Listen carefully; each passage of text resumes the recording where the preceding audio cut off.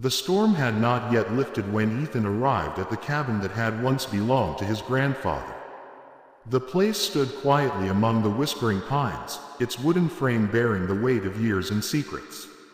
He had inherited it through a will that surprised him more than anything else in his life, for he barely remembered the old man who owned it. Still, something about the cabin felt inevitable, as though it had been waiting for him.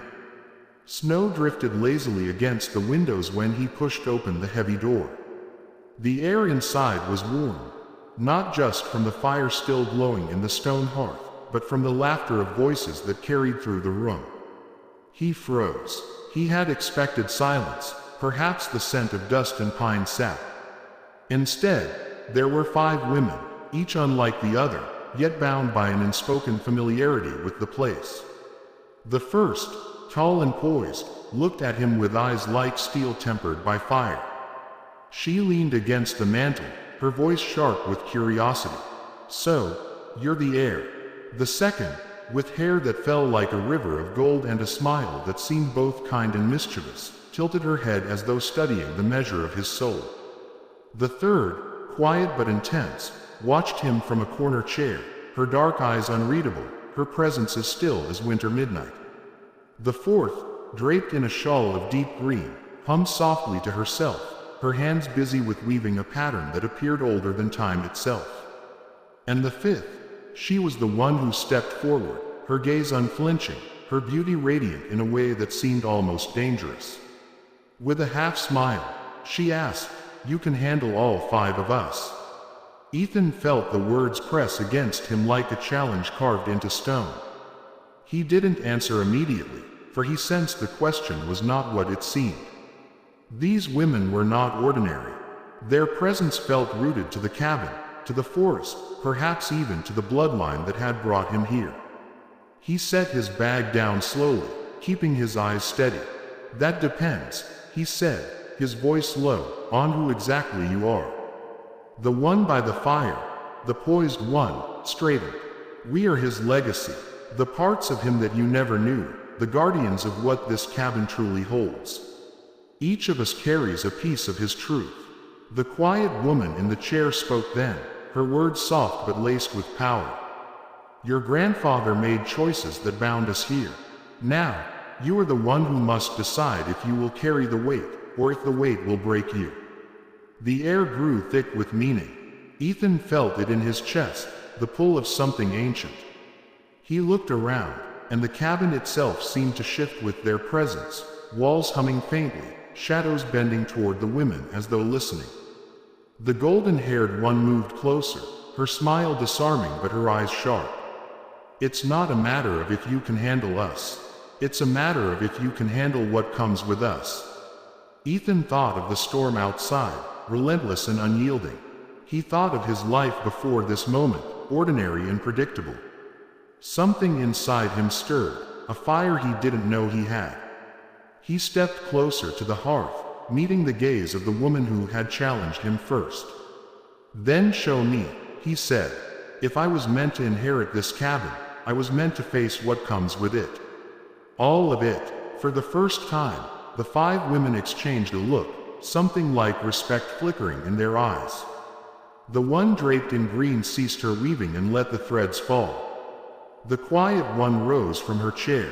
The golden-haired woman smiled wider. The poised one crossed her arms, as though measuring him against some hidden standard. And the fifth, the one who had spoken the challenge, stepped so close that he could feel the heat of her presence. Her voice was barely more than a whisper, yet it cut through the silence like lightning. "Then let us see if your blood runs strong enough." The fire flared high in the hearth, shadows spiraled up the walls, and the cabin seemed to breathe. Ethan knew in that instant his life had changed forever. The wind rattled against the shutters as Ethan stood in the cabin's doorway, the weight of inheritance pressing heavier than the snow on the roof. He hadn't known what he expected when he came here. Dust, maybe, silence, a place frozen in time, untouched since his grandfather's death. Instead, 5 women looked back at him, as though they had been waiting all along. The fire crackled in the stone hearth, its glow brushing their faces in hues of gold and shadow. Each of them was beautiful in a way that unsettled him, beauty sharpened by mystery, beauty that demanded not admiration but caution. The one leaning against the mantel had already spoken. Her eyes, cold yet burning, regarded him as though he were prey and judge at once. "So you're the heir," she said again, her tone neither warm nor hostile, but weighed with meaning. Ethan set his bag down, the leather thudding against the wooden floor. His pulse hammered, though he tried to steady his voice. "And you are?" The woman by the fire raised a brow. "The question isn't who we are," she said. "The question is whether you can endure us." That was when the fifth stepped forward. She was the one whose presence struck him hardest, whose gaze refused to yield. With a half smile, dangerous, almost playful, she asked, "You can handle all 5 of us?" The words hung in the air, stirring something inside him. The phrasing was deliberate, layered, as though the challenge was more than flesh, more than desire. His grandfather had been a man of secrets. Ethan had always sensed that. Now those secrets lived, breathed, and stood before him in the form of 5 women who carried themselves like guardians of something he couldn't yet see. The one with golden hair, light catching like sun on water, moved closer. Her smile was softer, yet her eyes were sharp, as though she were dissecting him with every glance. "You shouldn't answer too quickly," she said. "Some inheritances break the air before they bless him." The quietest among them stirred then, the dark-eyed woman in the corner chair. Her presence was unsettling because of its stillness, as though she were listening to voices no one else could hear. She lifted her gaze to him slowly, her voice quiet yet threaded with authority. "Your grandfather bound us here. By blood, by choice. Now the binding has passed to you." Ethan felt the cabin tighten around him, its wooden beams groaning faintly, its shadows bending toward her words. He swallowed hard. "Bound you? To what?" The woman draped in green lowered the weaving from her hands. She had been silent until now, her fingers looping threads into a pattern so intricate it almost shimmered. "To the cabin," she said softly. "To its secrets, to its keeper. And you, Ethan, are the new keeper." He turned in a slow circle, the cabin suddenly larger, deeper than it seemed moments ago. He thought of the storm outside, the snow sealing the world away, trapping him here with them. No phone service, no quick escape. The air was charged with something far older than fear. The poised woman by the fire stepped closer, her eyes never leaving his. "Your grandfather kept us in balance. He carried the weight, but he's gone now. The balance is fragile. The question is, will you hold it, or will it consume you?" Her words sank into him like stones dropped into a lake, sending ripples he couldn't measure. He looked at each of them. The poised one, the golden one, the quiet one, the weaver, and the challenger who still stood closest. Her smile both daring and dangerous. "I don't even know who you are," Ethan said finally, his voice firmer than he felt. "If I'm meant to carry this, then tell me what this is." The golden-haired woman tilted her head, her smile curling. "Then listen, heir," and they began to reveal themselves. The first, Seraphine, the poised one, was fire. She confessed it in her tone, in the way her eyes burned when she spoke. "I am the force that protects through strength," she said. "When your grandfather needed fury, I was his weapon. But fire consumes as much as it shields. You will have to learn when to wield me, and when to withstand me." The second, Leora, the golden-haired one, was light. Her laughter was quick, her beauty radiant, but beneath it was an edge like glass. "I am the warmth of hope," she said, "the brilliance that blinds enemies and lovers alike. Your grandfather used me to charm and disarm. But light reveals what shadows would rather hide, and sometimes truth is sharper than a blade." The third, Naira, the quiet one, was shadow. Her voice lowered the room's heartbeat when she spoke. "I am silence, the watcher in the dark," she murmured. "Your grandfather feared me most, for I am the keeper of what he could never confess." Yet he needed me. You will too. Every light casts shadows. Every truth hides secrets. The fourth, Era, the weaver, was fate. Her threads shimmered as though spun from something more than wool. I am the pattern, she said. Every choice you make, every step you take, weaves into the whole. Your grandfather used me to bind enemies, to protect allies, to seal pacts. But patterns are merciless. If you stray, the weave will tighten around you. And the fifth, Celine, the challenger, the one who had asked the dangerous question, was desire. She smiled at him, eyes glinting like moonlight on ice. I am hunger, she said simply. Not just of the body, but of the heart, the spirit, the will. Your grandfather danced with me but never dared embrace me fully. That was his weakness. Will it be yours? Ethan felt the weight of them all pressing against him. Fire, light, shadow, fate, desire. They were not merely women. They were forces, bound to the cabin, bound now to him. And each of them looked at him with expectation, measured, dangerous, unyielding. He drew a slow breath. So when you ask if I can handle all five of you, he met Celine's daring gaze, then swept his eyes to the others. You mean, can I bear what you are, all at once? Celine's smile widened, almost triumphant. Exactly. For a moment, silence thickened. The storm outside battered the windows, but inside, the fire roared higher, as though feeding on the tension. Then Seraphine stepped forward, so close he felt her heat. If you falter, we burn. Leora circled behind him, her breath brushing his ear. If you blind yourself, we reveal. Naira's whisper threaded the air like smoke. If you fear, we devour.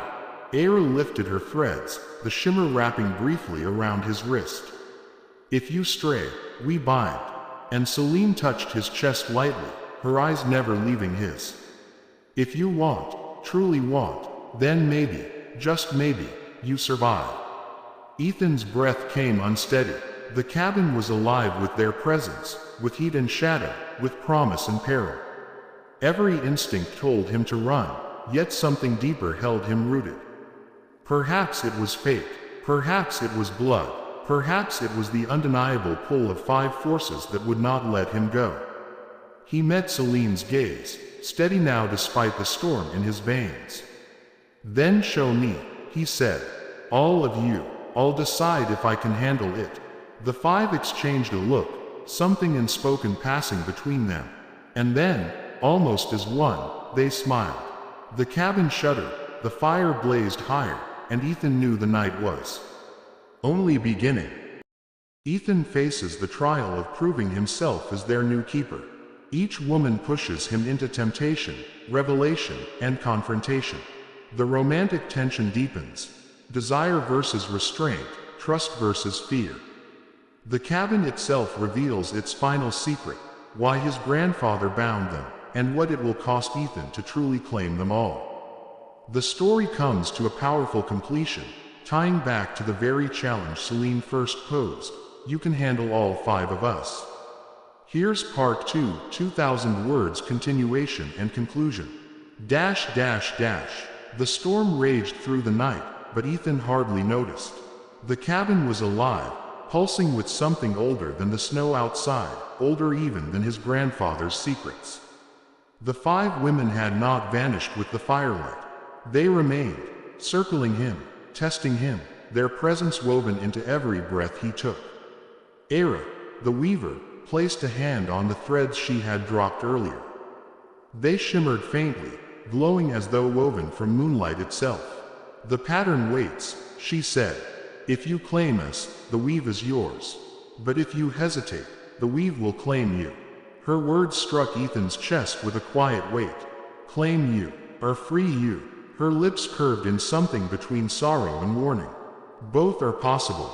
Few men have ever balanced us all. Seraphine stepped forward, fire sparking in her gaze.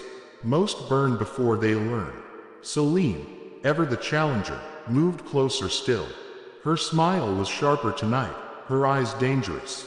So let's see if you are different. Ethan met her gaze without flinching this time. Then test me. The moment the words left his mouth, the cabin shifted.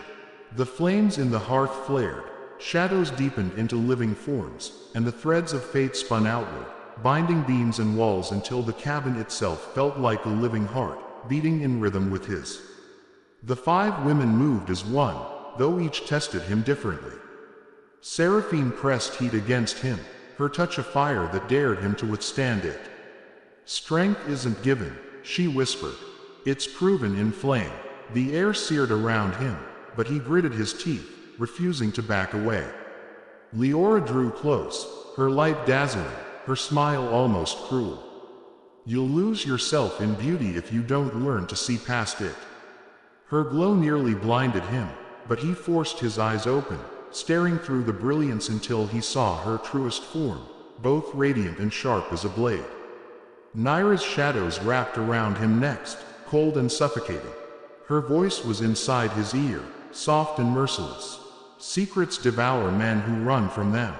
Faces he thought he had forgotten, failures, betrayals, emerged in the dark. He steadied his breath and admitted them aloud, naming each wound. The shadows thinned. Aera lifted her shimmering threads and bound them around his arms, his chest, his heart. Every choice tangles you deeper, she warned. Will you fight, or will you weave yourself into the pattern willingly? He did not fight. He let the threads coil, meeting her eyes. I won't be afraid of what's mine. And finally, Celine touched him. Her hand lingered on his jaw, her lips close enough to steal his breath. Desire is power, she murmured, but only if you own it. If you fear it, it owns you. Her kiss hovered like a promise, dangerous and magnetic.